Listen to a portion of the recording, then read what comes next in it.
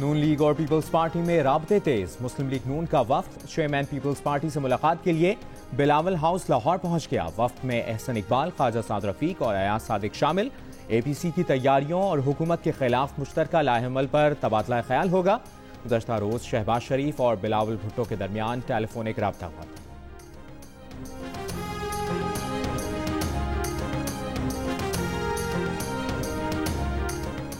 वज़ीर आज़म इमरान खान की तरफ से भरपूर एतमाद मिलने के बाद वज़ीर आला पंजाब उस्मान बुज़दार एक्शन में आ गए।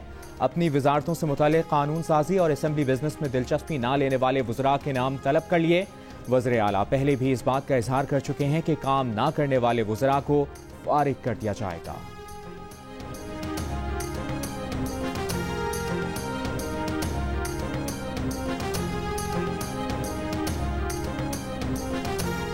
कराची में मौसम बेहतर होने और गर्मी में कमी के बावजूद लोड शेडिंग का दौरानिया कम ना हो सका। के इलेक्ट्रिक के खिलाफ गवर्नर सिंध के खत पर कार्रवाई के लिए नेपरा का इजलास आज होगा। खत में ओवर बिलिंग पर के इलेक्ट्रिक के ऑडिट की दरखास्त की गई है। कराची में लोड शेडिंग से मुतालिक इंक्वायरी कमेटी की रिपोर्ट भी इजलास में पेश होने का इम्कान।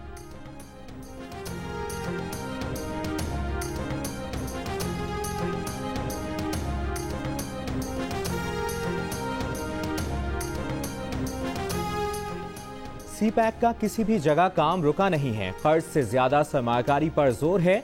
$4 मिलियन की सरमाकारी पिछले 10 दिनों में आई। तमाम प्रोजेक्ट्स वजारतों के इश्तराक से हो रहे हैं। चेयरमैन CPEC अथॉरिटी की CPEC खुसूसी कमेटी के इजलास में ब्रीफिंग।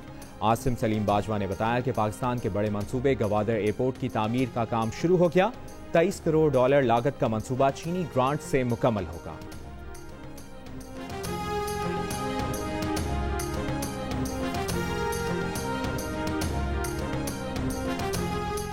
सुप्रीम कोर्ट ने GT रोड के अतराफ दी गई लीज की तफसीलात तलब कर ली। पेट्रोल पंप्स, होटल्स और रेस्टोरेंट्स को दी गई जमीन का तमाम रिकॉर्ड पेश करने का हुक्म।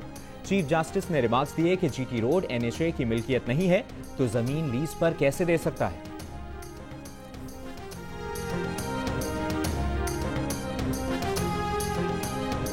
फैसल वावडा की नाअहली से मुतालिक दरखास्तों पर इलेक्शन कमीशन में समाअत। फैसल वावडा और उनके वकील की गैर हाजिरी पर इलेक्शन कमीशन का यकतरफा फैसला देने का इंदिया।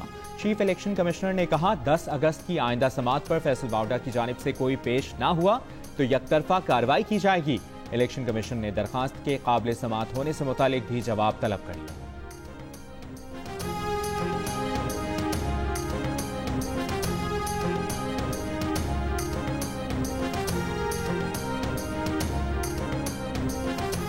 मुल्क में 24 घंटों के दौरान कोरोना से 31 अफराद जाँ बहक। एक दिन में 1587 अफराद में वायरस की तस्दीक हुई। 24 घंटों के दौरान मुल्क में 19,108 टेस्ट किए गए। इस्लामाबाद हाई कोर्ट के साबिक चीफ जस्टिस सरदार असलम कोरोना के बाइस इंतकाल कर गए।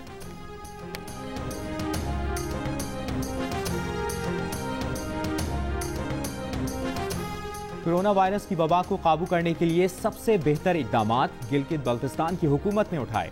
80% अफराद ने इत्मीनान का इजहार किया। आज़ाद जम्मू कश्मीर की हुकूमत 73% के साथ दूसरे नंबर पर। इस्लामाबाद में वफाकी हुकूमत 68% के साथ तीसरे नंबर पर, जबकि सिंध की सूबाई हुकूमत 56% के साथ चौथे नंबर पर आई। पंजाब की सूबाई हुकूमत 42% अफराद को इकदामात से मुतमईन कर पाई। बलूचिस्तान हुकूमत 14% को, तो खैबर पख्तूनख्वा की सूबाई हुकूमत कोरोना वायरस के खिलाफ इकदामात से 29% को मुतमईन करने में कामयाब हुई। वाज़ेह और एक मौक़िफ़ इख्तियार करने पर गिलगित बल्तिस्तान, इस्लामाबाद और सिंध के शहरियों ने अपनी हुकूमतों को भी सराहा। Human rights commission of Pakistan के सर्वे में इंकशाफ।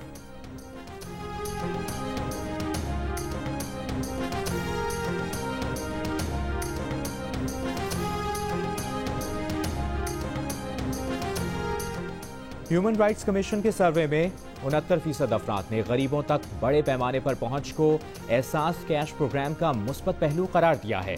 48% ने प्रोग्राम में शफाफियत, जबकि 36% ने फंड्स तक रसाई के लिए प्रोग्राम के आसान अमल को एहसास प्रोग्राम का अच्छा पहलू करार दिया।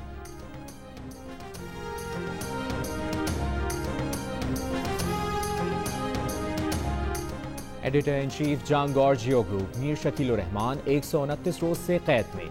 मीर शकील रहमान की गिरफ्तारी, रोजनामा जंग, दी न्यूज और जियो TV बंद करने की कोशिशों के खिलाफ मुख्तलिफ शहरों में एहतजाज का सिलसिला जारी।